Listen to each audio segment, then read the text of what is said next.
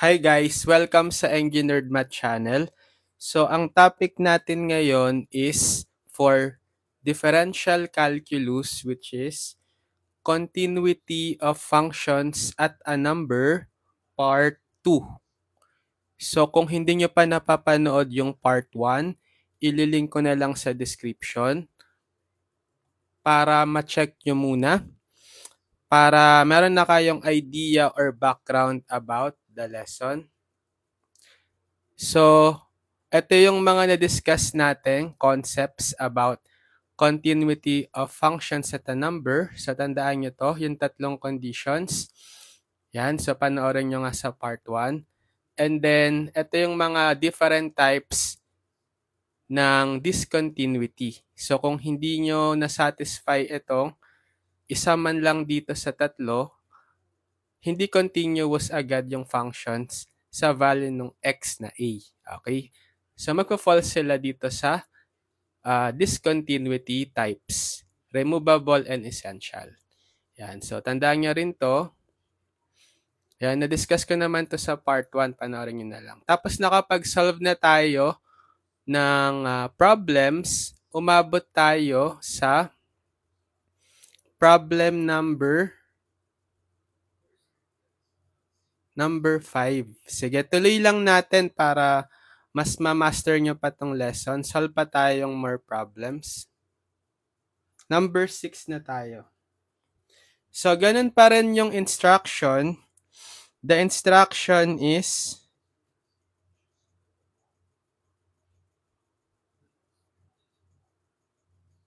identify if the given function is continuous at the given point. Okay, so magbibigay tayo ng function at and a number or a point. So, for number 6, what if f of x is equal to square root of x minus 2 over x minus 4 and yung number natin a is 4. So, check natin kung continuous ba itong f of x sa 4. So, ano yung unang condition? Evaluate natin yung f of x sa a, which is 4. And let's check kung defined. So, kung defined yan, then satisfied yung condition 1. Meaning, pag defined, hindi indeterminate or undefined. Okay? So, try nating i-evaluate yung f of 4. Bale, papalitan nyo yung x dito sa f of x ng 4. Magiging square root of 4 minus 2 over 4 minus 2. 4 minus 4 pala. So, square root of 4 minus 2, diba square root of 4 is 2, minus 2 over 4 minus 4, or that's 0 over 0. Indeterminate yan, diba? Indeterminate.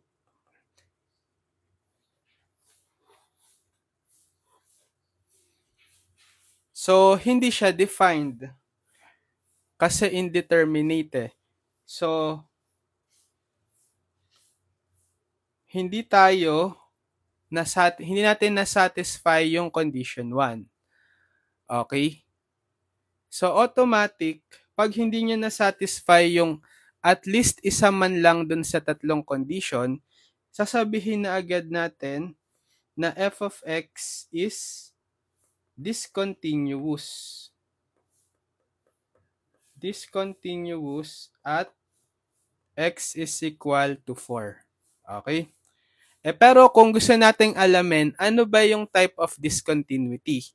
Sige, try nating ituloy yung condition 2. Ang condition 2 naman is, di ba, check natin kung yung limit ng f of x as x approaches a exists.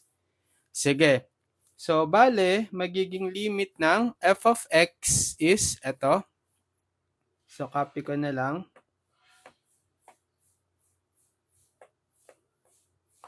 Then, as x approaches a, which is 4. So kapag dinirect sub nga natin, 'di ba? Pag nag-evaluate tayo ng two-sided limits, dinadirect sub natin yung ina-approach na value ni x sa x dito sa expression. So nung ginawa natin 'yon, nag-result nga siya sa indeterminate. So anong gagawin kapag indeterminate? Gagawa tayo ng way para maiba yung form ng function. So, pwedeng by simplifying, factoring, or kung may radical, ira-rationalize, di ba? So, naturo ko na to sa two-sided limit. So, maganda, balikan yung lahat ng mga lessons natin, ha? Yung two-sided limits, one-sided limits, limits at infinity, tsaka infinite limits. Okay? Kasi gagamitin natin yun ulit dito. So, huwag nyo kakalimutan. Nakalink sa description yung mga videos ko doon. So, paano nga ang gagawin ulit? I-multiply natin to, both numerator and denominator, by the conjugate ng expression na may radical. Sa numerator yung may radical, di ba? Yung square root of x minus 2. So, i-multiply ko to by, ano yung conjugate ng square root of x minus 2? So, kakopy nyo lang yung first term square root of x, pero kukuhain nyo yung additive inverse ng second term, meaning yung opposite sign. Kung negative 2 tayo, opposite sign niya, positive 2. So, copy nyo lang din yung square root of x plus 2 sa denominator. And then, i-multiply na natin. Numerator times numerator. So, kapag minultiply natin yung conjugate of each other, special product na lang yon. Kasi may magiging difference of two squares. So, square nyo yung first term, bali that's the square root of x. So, square root of x quantity squared. Then, minus the square ng second term to 2 squared. Tapos dito sa baba, yan, pagtatabihin ko na lang, hindi ko na-expand kasi mamaya may makakancel tayo dyan. Okay, so pag sinimplify natin, magiging limit ng square root of x squared, cancel na yung square root, x na lang, minus 2 square 4 over x minus 4 times the square root of x plus 2, limit as x approaches 4. So, di ba makakancel na natin yung x minus 4, which is siya yung nagpa-indeterminate. Kasi pag pinlog-in mo yung 4 sa x minus 4, 0. Sa taas, dito na sa baba, 0. So, mag-0 over 0. So, pag in-eliminate na natin yung factor na x minus 4, bale, 1 over ano na lang, square root of x plus 2. So, pag nare-evaluate natin yung etong simplified version ng expression at x is equal to 4 ulit, defined na yan. So, bale, ang magiging limit is 1 over square root of 4 plus 2 or 1 over square root of 4, 2 plus 2, 1/4. Okay? So, nag-e-exist pala yung limit. Yung condition 2 is verified. Right? Ano yung condition 3? Dapat yung f of a is equal to the limit of f of x as x approaches a. Or that's f of 4, since yung a is 4, equal to the limit nung f of x, diba, that's, ito yung function na to,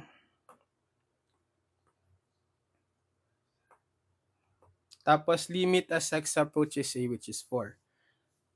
So, hindi na satisfy to kasi yung f of 4 natin is indeterminate.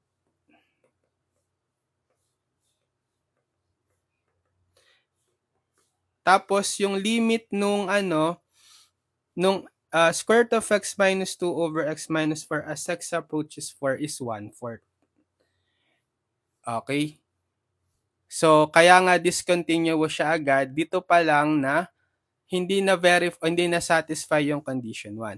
So, pero pwede nating i-define further kung anong type of discontinuity. So, 'di ba sa type ng discontinuity, 'di ba essential tsaka removable. So, ito yung concept.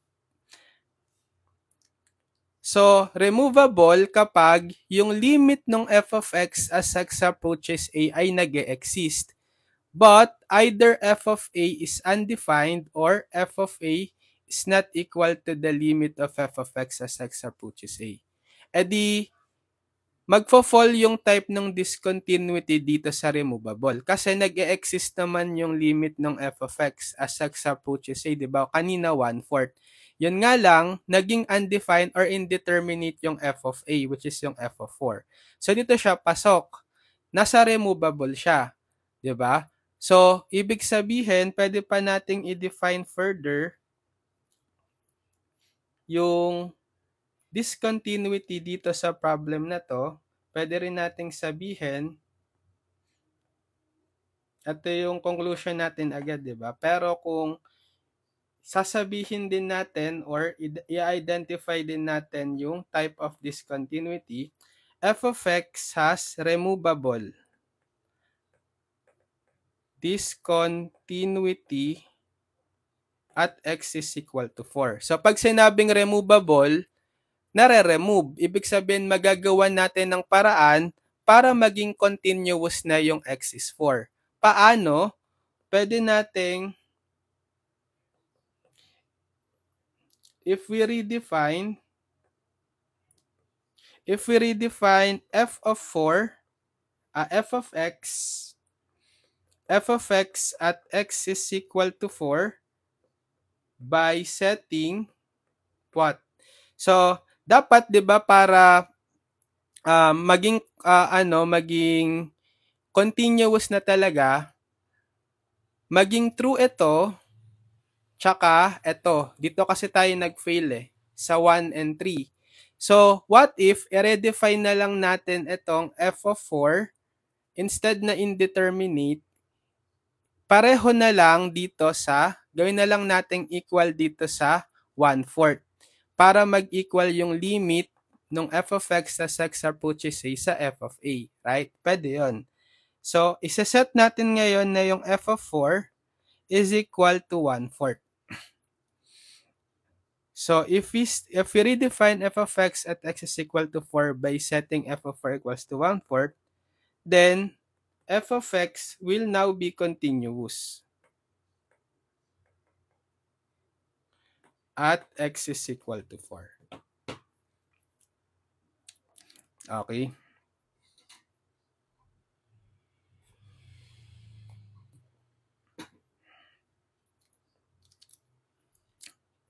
So, next, number 7. For problem number 7, ganun pa rin, identify natin if continuous itong f of x equal to 2x minus 3 if x is less than or equal to 1 and equal to x squared if x is greater than 1. Tapos yung number is 1. I-check natin kung yung f of x is continuous sa 1 or hindi. So, apply natin yung tatlong condition uli. Ano yung unang condition? Dapat mag-exist or maging defined yung f of a. So, bale, f of a natin is 1. F of 1, dapat maging defined yung f of 1. So, evaluate natin yung f of x sa 1. Pero dahil piecewise siya, mamimili tayo kung anong gagamitin nating value ng f of x. Etong taas or yung baba. So, dahil 1 yung value nung nasa loob ng f of x, base dito sa interval sa piecewise, ito yung may underline symbol na inequality. Ibig sabihin, pag may underline, di ba, inclusive etong 1. X is less than or equal to 1. So, ito yung pasok na value ng f of x sa kapag x is equal to 1, right? So, papalitan natin ngayon dito yung x ng 1, 2 times 1 minus 3, bale 2 minus 3 or negative 1. Okay, so, okay, nag-e-exist or defined yung f of 1. So, satisfied si condition 1. Next, condition 2. dapat mag-e-exist din yung limit ng f of x as x approaches a. So, bale, limit ng f of x as x approaches a is 1. Pero, piecewise kasi tayo. Pag piecewise, pwede natin gamitan ng one-sided limit kasi may ambiguity dito sa 1. Endpoint kasi yung 1 nung mga interval or boundary. So, hindi tayo sure kung magiging defined yung or mag-exist yung limit nung f of x as x approaches 1. So, hahanapin natin yung limit nung f of x as x approaches 1 from the right, RHL or right-hand limit, and limit nung f of x as x approaches 1 from the left or LHL. So, kapag dito muna sa right-hand limit, ibig sabihin nito, ina-approach ni x yung 1 through values greater than 1. So, pwedeng 1.00001. So, anong gagamitin nating value ng f of x kapag greater than 1? Ito, obviously, itong intervals. At ang value ng f of x dyan sa interval na yan is x squared. So, yun yung ipapalit nating f of x value dito sa limit, x squared. So, magiging limit ng x squared as x approaches 1 from the right. And then, ipa-plugin nyo na lang naman yung 1 sa x parang sa two-sided limit. Bale, ang value ng limit is 1 squared or 1. So, 1 yung right-hand limit. Okay, paano kapag left-hand limit naman? Ibig sabihin naman neto, ina-approach ni x yung 1 through values less than 1. Pwedeng 0.99999. Okay? Ibig sabihin dito sa interval, saang pasok yon? Sa if x is less than or equal to 1, right? Therefore, ang gagamitin nating value is 2x minus 3. Okay? So, magiging limit ng 2x minus 3 as x approaches 1 from the left. So, pwede nyo na lang din i-direct sub yung 1 sa x, parang two-sided limit. Bale, ang limit neto is 2 times 1 minus 3 or 2 minus 3, negative 1. Okay. So, kapag nakuha nyo na yung right hand tsaka left hand limit, i-compare nyo, equal ba sila? Hindi. Kasi si RHL is positive 1, si LHL is negative 1. So, kapag hindi equal yung right hand tsaka left hand, anong makoconclude nyo sa two-sided limits at x approaches 1 does not exist? Okay? So, ibig sabihin, does not exist pala yung 7. Yung condition 2 sa number 7, di ba? Problem 7. So by this conclusion na does not exist yung limit ng f of x as x approaches 1, automatic, discontinuous na agad kasi nag-fail ka na sa condition 2. Therefore, f of x is discontinuous at x is equal to 1. Okay? Kasi nag-fail ka na agad eh. 'Di ba? Pero kung i-identify natin, ano yung type ng discontinuity ngayon? So, 'di ba kapag ang discontinuity is caused by being yung limit ng f of x as x approaches a is hindi nag-exist or either infinity or does not exist, ano yon, essential. Pero anong type ng essential discontinuity? Base dito sa notes natin. So, if limit of f of x as x approaches does not exist, so ito agad yung yung condition na dapat nating makuha para maging discontinuous, 'di ba? For essential. So na-satisfy natin 'to, pero ano diyan sa dalawa? 2.1 or 2.2? Yung 2.1 kasi kaya naging does not exist yung limit, hindi nga equal yung right hand tsaka left hand. kaya jump essential. Okay? So, ang type ng discontinuity nito sa problem 7 ay, so kung i-define pa natin further, f of x has jump essential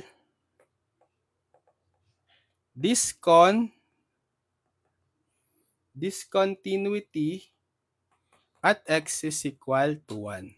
Okay?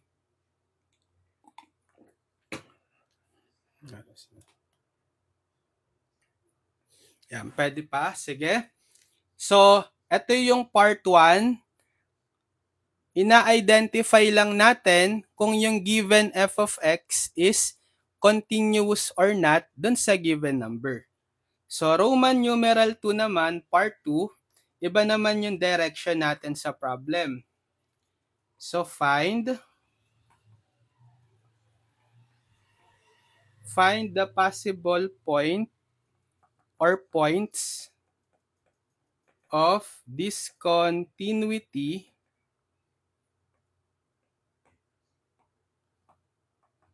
and determine if f is continuous there.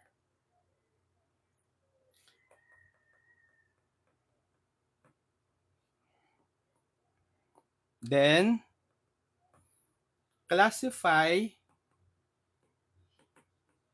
the discontinuity as removable, jump essential, or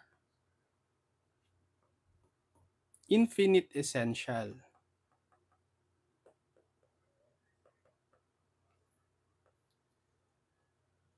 And then, last, if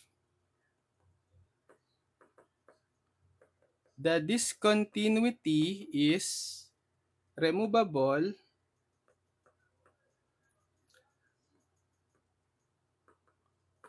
redefine f so that it will be continuous at that point of discontinuity. Yan. So, ito naman yung gagawin natin. Find the possible point or points of discontinuity and determine if f is continuous there. Then classify the discontinuity as removable, jump essential, or infinite essential. And if the discontinuity is removable, redefine f so that it will be continuous at that point of discontinuity. So, mas marami tayong gagawin ngayon dito. Sige.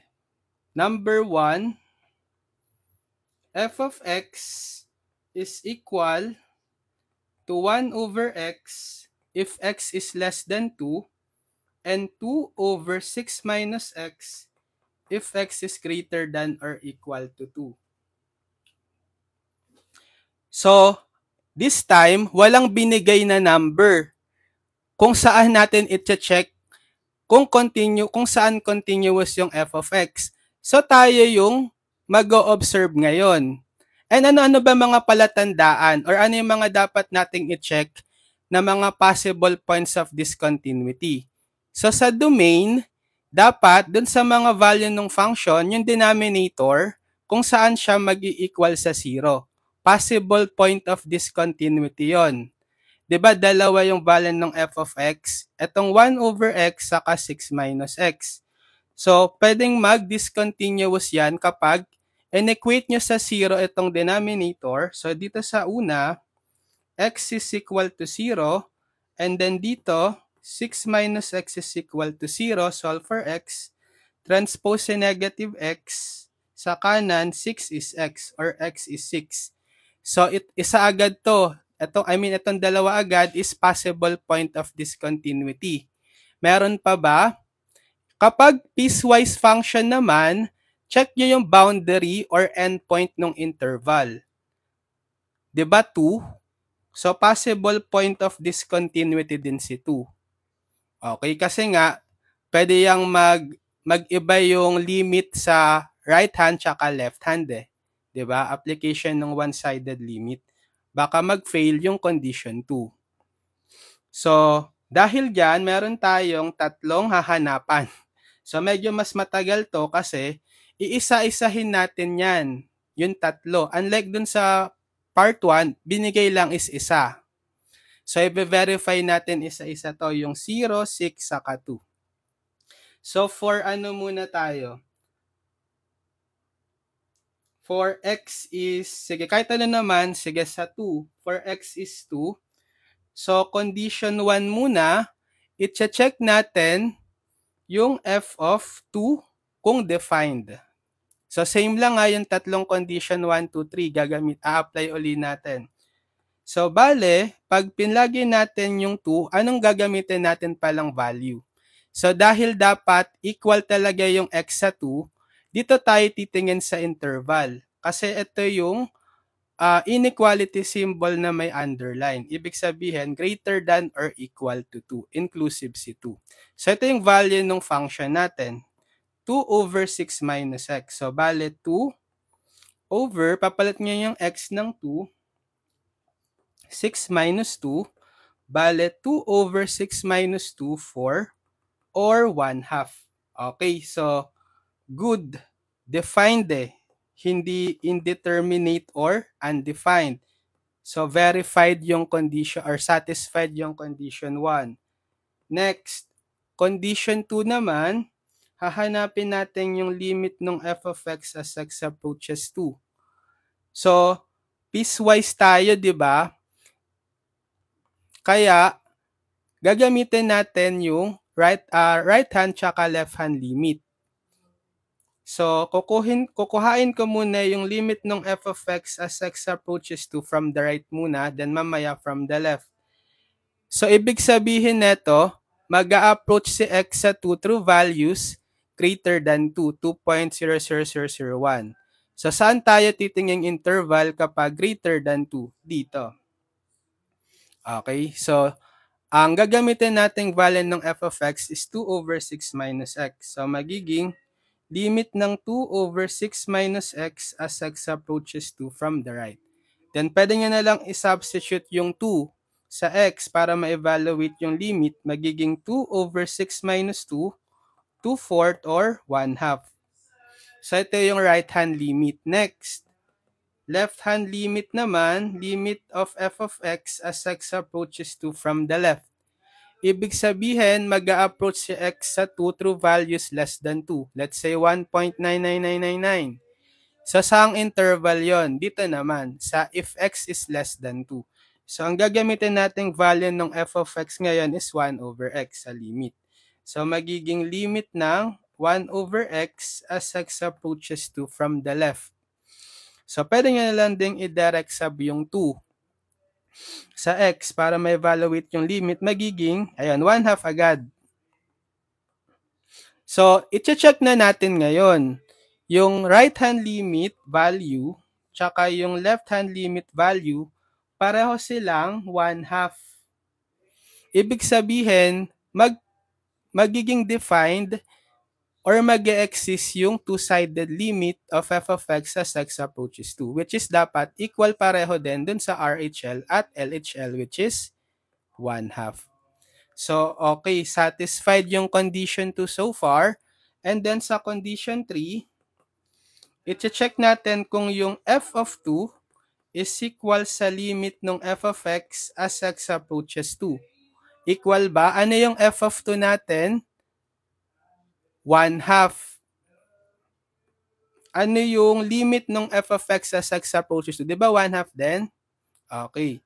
So, nasatisfied. So, ibig sabihin, continuous. Nasatisfy yung tatlo eh. Condition 1, 2, 3. Therefore, f of x is continuous at x is equal to 2. Okay, isa pa lang yon, sa 2 pa lang. Marami pa, dalawa pa. So, next naman natin, kapag if x is 0. So, if x is 0, ganun ulit, condition 1, f of 0, evaluate natin kung mag-exist or defined. So, dahil f of 0 tayo, saang interval tayo titingin? Diba dito sa less than 2? Kasi less than 2 si 0. Diba? So, ang gagamitin nating function is 1 over x. So, bale, 1 over 0. And 1 over 0 is what? Undefined. So, dito pa lang, failed na tayo. Hindi na siya continuous. Therefore, f of x is discontinuous at x is equal to 0. Pero, requirement din na i-identify natin yung type na kung ano siya, removable, jump essential, or infinite essential. So, kapag chinek natin yung condition 2, kinuha natin yung limit ng f of x as x approaches 0. Bale,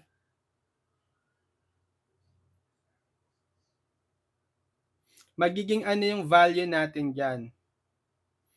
Kung two-sided limit siya, limit of x as x approaches 0 from the right, magiging 1 over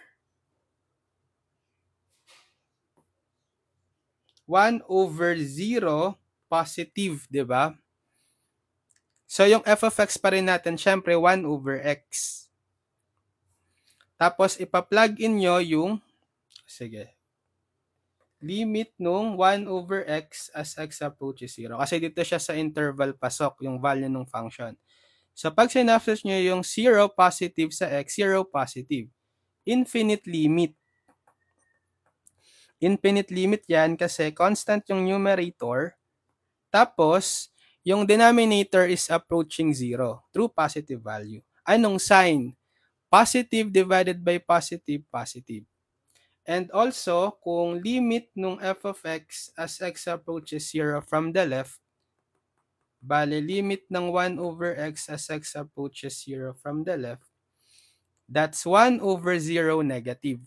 So, infinite limit din, pero this time, positive divided by negative, negative. So, di ba kapag meron tayong right hand or left hand limit na ang value niya is positive or negative infinity or vice versa, automatic, dun sa note natin sa taas, infinite essential. Di ba? 2.1. 2.2 pala.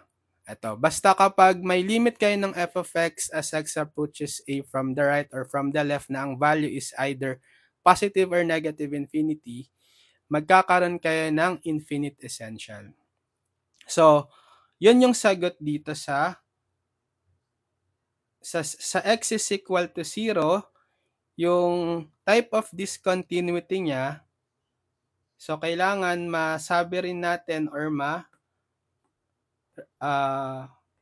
malaman din natin kasi required Required siya sa problem. Sige, ano yun na lang. Another statement na nga lang. Or f of x has infinite essential discontinuity at x is equal to 0. Next, isa pa. Last, di ba yung x is equal to 6 naman. So, if x is equal to 6, condition 1 muna for continuity, evaluate natin yung f of x at 6. So, saan tayo titingin interval kapag 6 greater than 2? Sa piecewise function natin, di ba? Sa greater than 2 kasi yung 6 is greater than 2 na. So, itong gagamitin nating value ng f of x, 2 over 6 minus x. So, bale, 2 over 6 minus x, papalitan nyo ngayon yung x ng 6. Bale, 2 over 0, which is undefined ulit. So, failed na agad tayo sa condition 1 for continuity. So, automatic f of x is sasabihin agad natin is discontinuous at x is 6. Pero parang dun sa x is equal to 0, kailangan pa rin nating ma-identify kung anong type ng discontinuity kasi required sa problem. So, kung tutuloy natin yung condition 2, hanapin natin yung limit ng f of x as x approaches 6.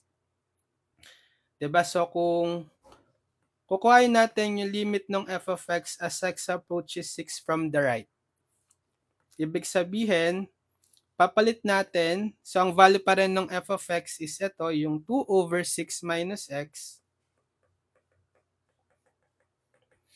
So, pag sinubstitute nyo dito yung 6 positive sa x, 2 over 6 minus 6 positive, bale, mag-2 over 0, right? Pero anong sign or anong ina-approach na values is 0 through what? Positive or negative? So, dahil 6 positive, ang value dapat dito ng x is 6.000001. So, kapag minus mo 6 minus 6.0001, negative yon. So, approaching 0 to through negative values.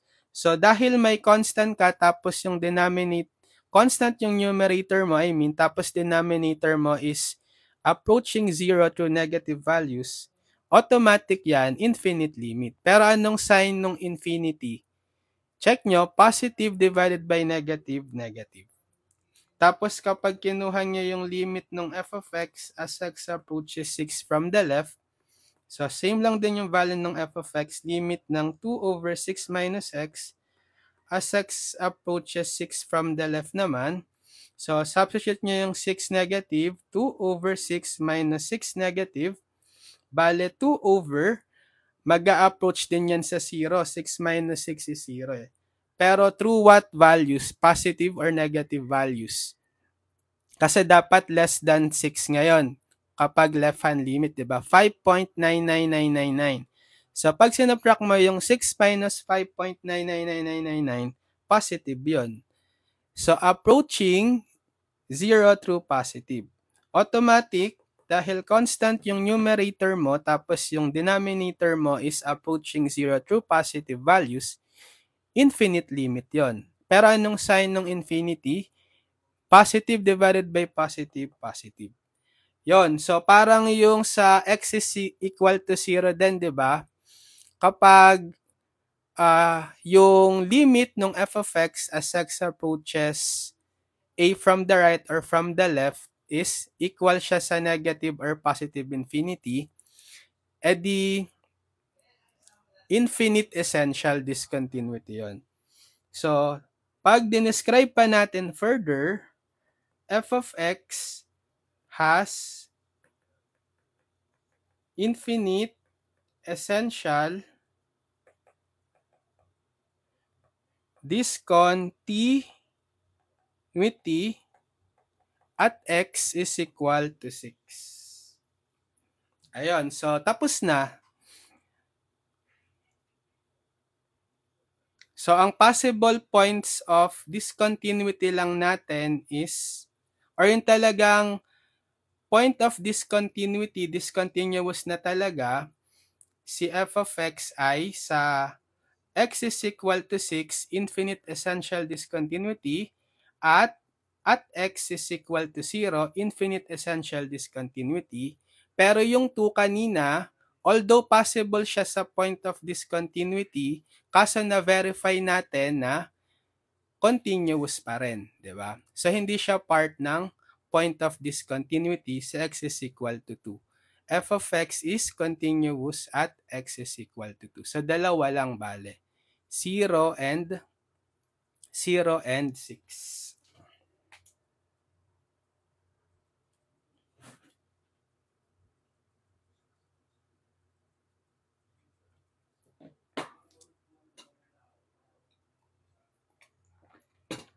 So, nakasolve tayo ngayon ng hanggang hanggang 7 yung sa part 1, tapos so far, sa part 2, isa pa lang, nakakaisa pa lang tayo. Sige, tutuloy pa natin ha. Magsosolve pa tayo ng more problems sa part 2 nitong mga exercises natin para mas ma-expose pa kayo dito sa topic na continuity of a function of functions at a number. Yan. So subscribe lang kayo sa ating YouTube channel, Engineered Math. And lilink ko na lang sa description yung mga past video tutorials natin for differential calculus. Okay? Pati yung mga playlist, yung playlist na rin pala, na lang din pala, ng differential calculus para doon yun na pwedeng panoorin lahat ng mga video tutorials ko simula sa unang lesson hanggang sa dulong lesson nyo sa Calculus 1 or Differential Calculus. So para meron na kayong video tutorial playlist guide from our YouTube channel para sa buong subject nyo na differential calculus. So pwede nyo na yung i-binge watch, i-marathon kung kailangan nyong mag-advanced study or mag-review pag may exam, di ba? Panoorin nyo lang yung playlist ko sa differential calculus. Okay, so sige, good luck sa mga nagtitake ng Calculus 1, differential calculus, kayang-kaya nyo yan. Basta mag-aral lang kayong mabuti and mag-solve ng maraming problems parang yung ginagawa natin dito sa tutorials. Okay, and syempre, gawin nyo lang reference yung playlist ko sa channel, Engineered Math Channel, Differential Calculus Playlist. Okay, sige. See you on my next video tutorial. God bless everyone. Bye-bye.